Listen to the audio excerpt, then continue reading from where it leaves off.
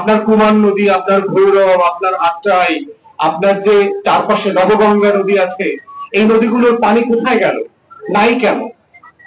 তাহলে আপনারা যারা আমাদের এই চুয়াডাঙ্গার বিভিন্ন গ্রামে বাস করেন, চাষবাস করেন, কৃষক পরিবারের সদস্য, অথবা আপনাদের আত্মীয় স্বজনরা যারা আছেন, তাদেরও ছোটবেলার কথা জিজ্ঞেস করেন। তারা কিন্তু মাথা ভাঙা নদীতে আমাদের মা বোনরা গিয়ে থালাবাটি ধুইতেন, গোসল করতেন। কিন্তু সেই নদীগুলোতে এখন প্লাস্টিক, বর্জ্য, ময়লা, আবর্জনা, এত খারাপ অবস্থা যে সেখানে গোসল করবার মতো কোনো অবস্থা নাই। সেখানে বর্জ্যের কারণে কোনো মাছ নাই। তাহলে এই নদীগুলোকে কেন আমরা বাঁচানোর জন্য চেষ্টা করছি না? আমাদের রাজনীতিবিদদের কাজ কি আসলে? তাহলে চুয়াডাঙ্গার রাজনীতিবিদরা এই সিম্পল কাজগুলো কেন করলেন না? আমাদের চারপাশে দেখেন, আপনাদের নদীর একটু উজানের দিকে গেলে কিন্তু আপনাদের পানি আছে।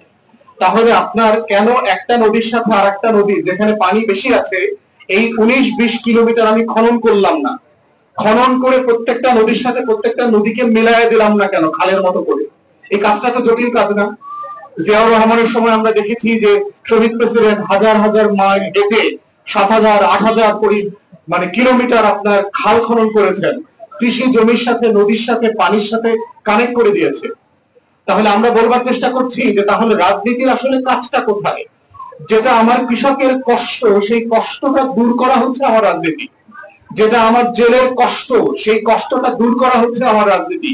আমার চারপাশের প্রাণ, প্রকৃতি, পরিবেশ, আমার নদী, এটা বাঁচিয়ে রাখার যে আয়োজন, যে চেষ্টাটা, সেই চেষ্টাটার নাম হচ্ছে রাজনীতি। আপনাদের জীবনটাকে সহজ করবার কাজ হচ্ছে রাজনীতি।